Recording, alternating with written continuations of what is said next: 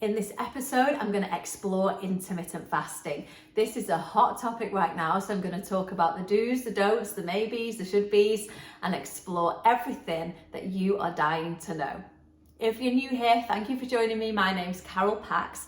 I'm an online certified nutrition coach focusing on gut health and women in their 40s and beyond wanting to thrive during the menopause.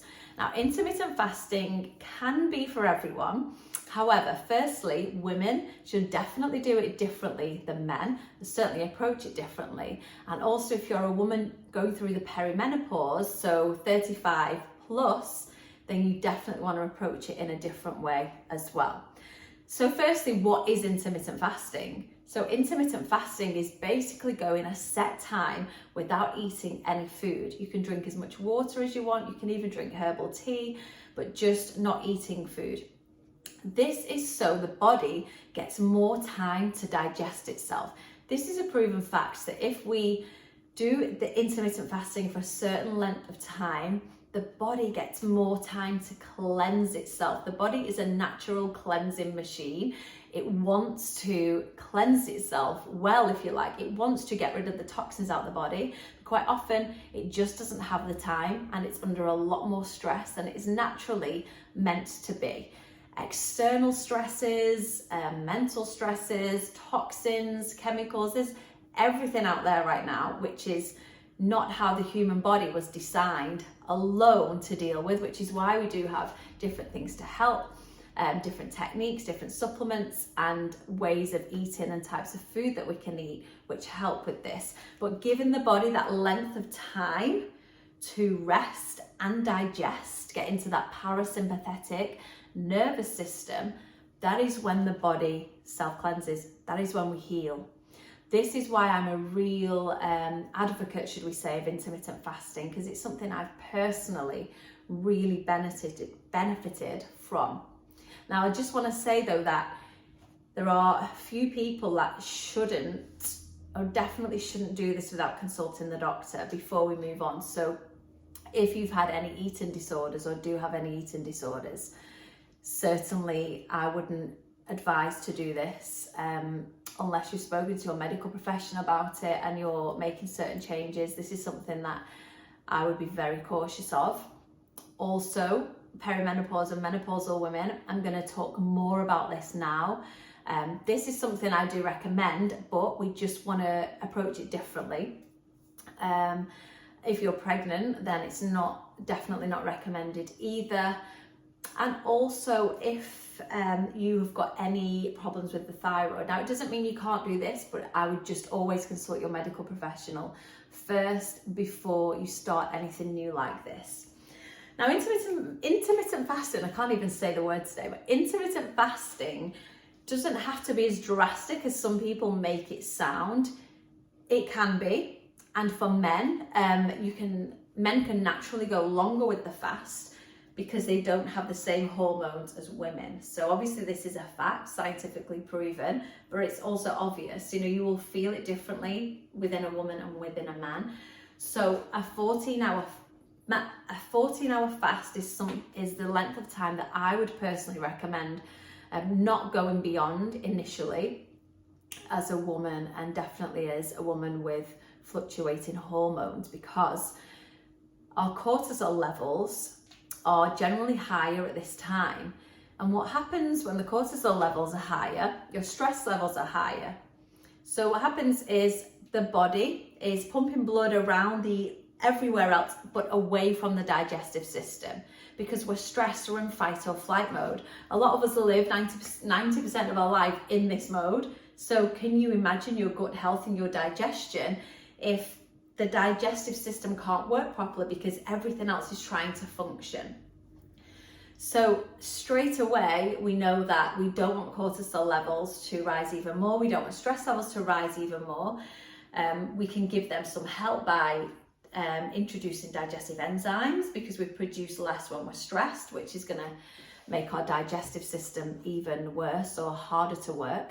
So this stress hormone cortisol is actually sending signals to the brain to protect yourself, because the body's just designed to do two things: to rest and digest, or to be in fight or flight, which is to protect.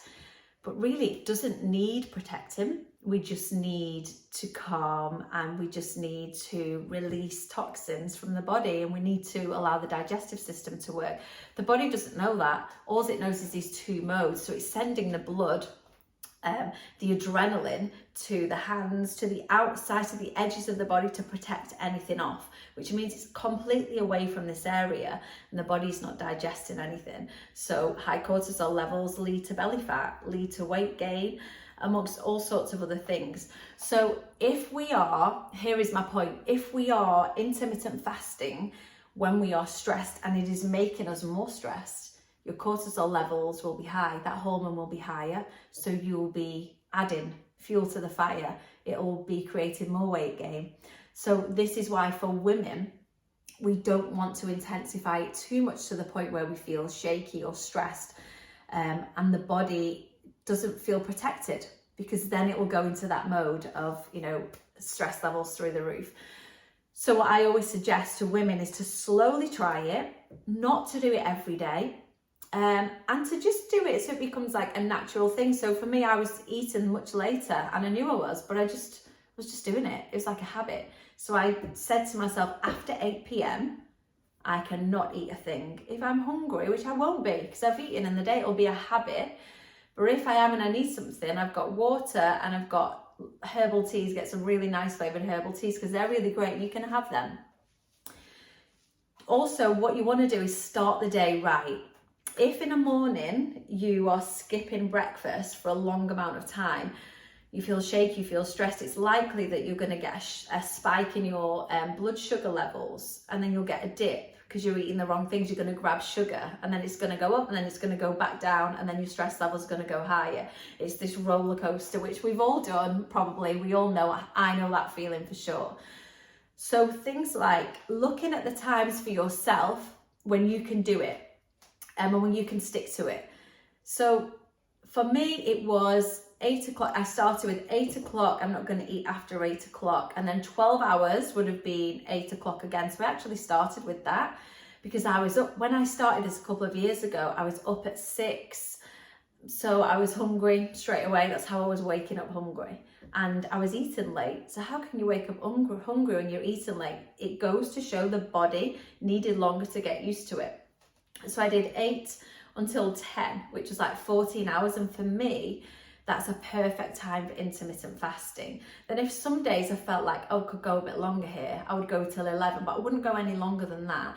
And I would always make sure, this is a big tip for you, make sure you're starting with the right things. Intermittent fasting is not beneficial at all if you're not eating for your gut health in this window.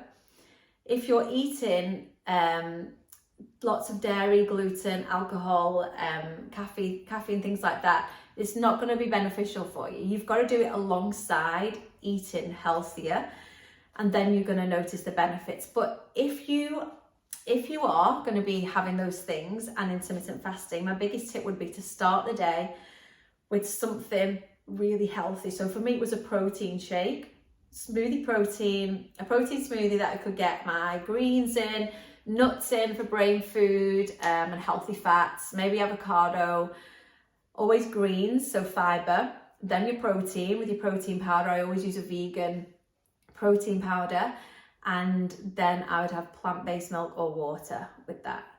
Antioxidants would come from the berries. I always encourage berries in your smoothies because they are rich in antioxidants, really anti-inflammatory for the body. As we know, inflammation is the cause of many diseases, and we want to keep it really low. So that is the perfect thing. It's going to help to boost your muscle mass as well, so help with your skin and joints, all things like this. You really want to look at like collagen boosting foods.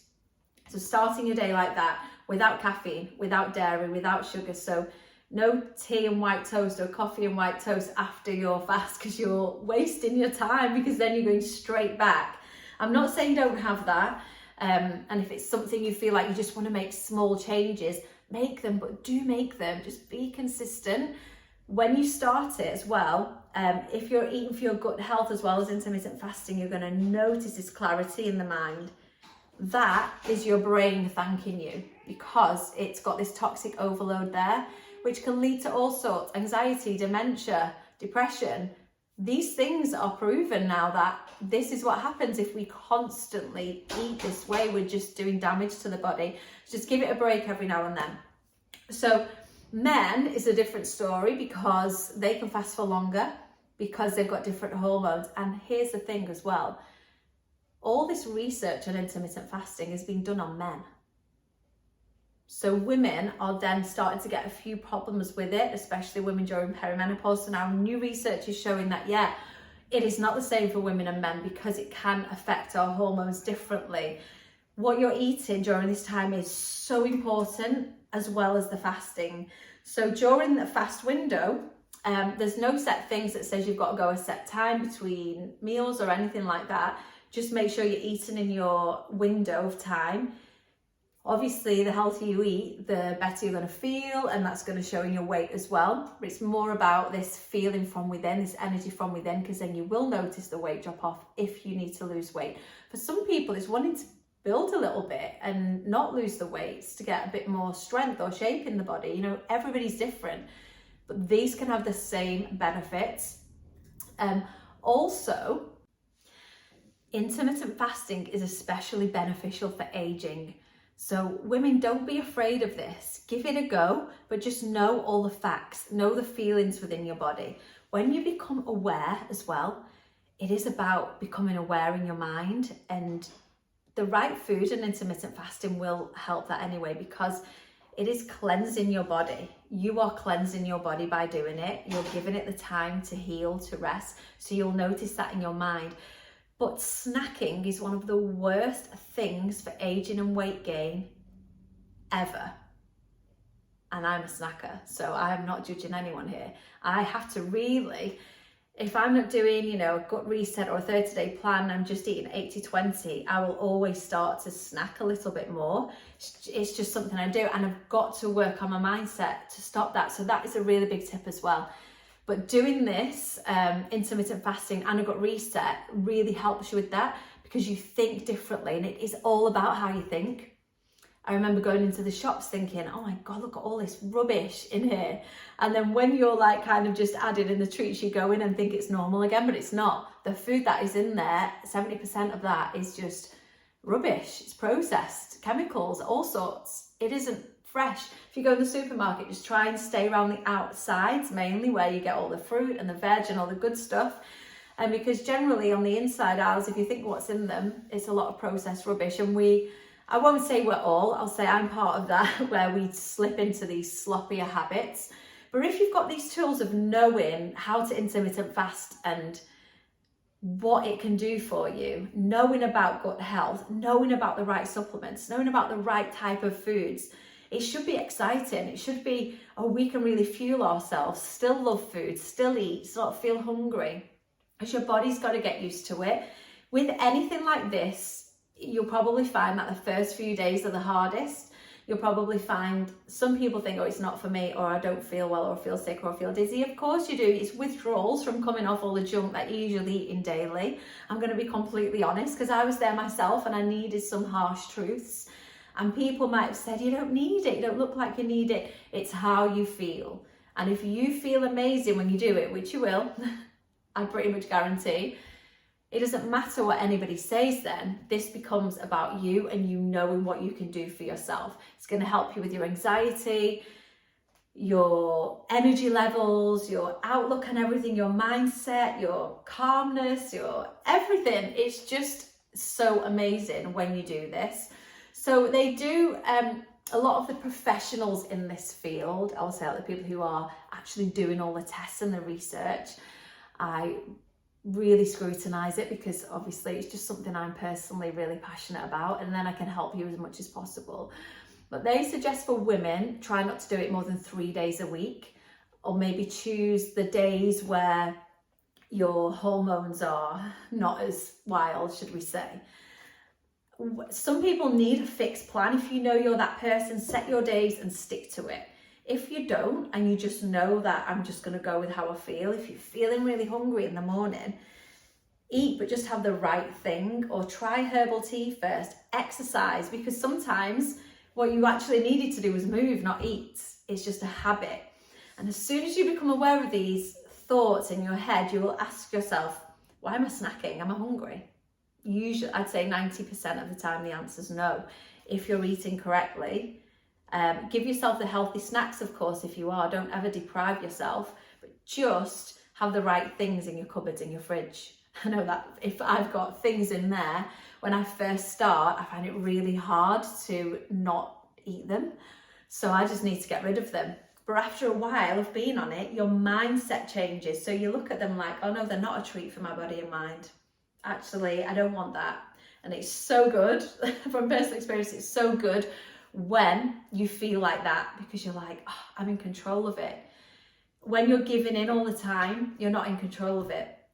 And there's something a bit powerless about that, because in all areas of your life, if you've got your mindset right, your nutrition right, I say 80-20% of the time, you are gonna feel like you're just really achieving in all areas of your life, whether it's happier in your relationships, happier in yourself, calmer in your car, driving on the road. All these things, you know, they really, really stack up and they all come together, and it's so beneficial. There's also a thing called a water fast, which isn't intermittent fasting, it's just fasting. And they do recommend a 3-day water fast for completely cleansing the system. I personally have never done this. I've never done it. I've done intermittent fasting, I've done 30-day gut health. I want to do that for 90 days because after 30 days you feel insane. So for 90 days, I can only imagine. So that's going to be my next thing. I'm going to do for 90 days, just completely clean eating for gut health with some intermittent fasting. But 3-day water cleanse, if you've done it, drop a message, let me know. Let me know your thoughts on it. Let me know if it worked for you. It'd be really good for us all to kind of add in comments on this, because everybody's different. So it's great to hear everybody's ideas and findings from it. But a water fast is really said to allow your body that complete time to rest and digest. Some people, though, I've heard it isn't great for, because they do, you know, feel shaky and they have low energy. It just depends what you've got to do as well on a day-to-day basis. So if you're a mum and you're functioning, then you need to function, but make the good choices. Do you need a cake to function? Do you need a coffee to function? No, you don't, because we know these things just give us that initial spike and then we drop. So make the healthy changes. It's all up to us, isn't it?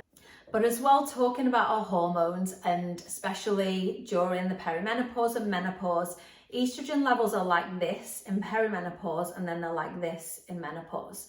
And then what happens then is the adrenals have to do the work, what the estrogen was doing. So again, we've then got hormones changing in the body, things changing in the kidneys, the pancreas, the liver. It's really important during this time to really look after the gut, the liver, the pancreas.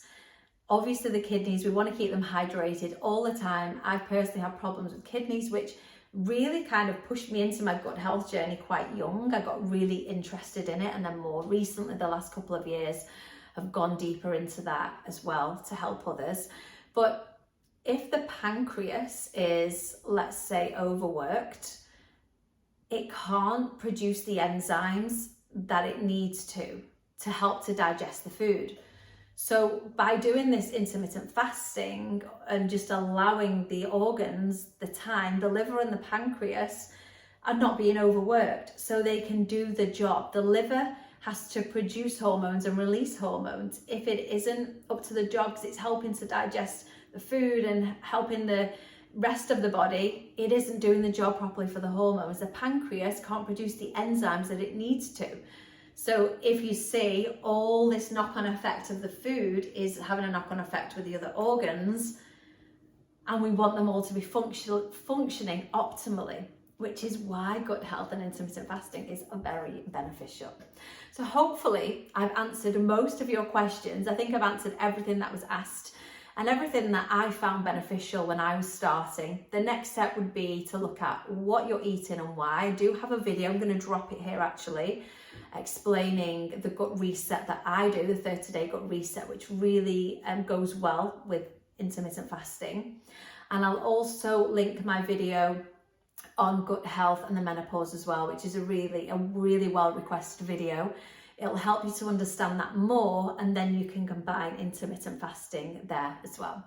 So thank you so much for joining me. I really hope this has offered you some value and it can help you to move forwards in your gut health and intermittent fasting journey.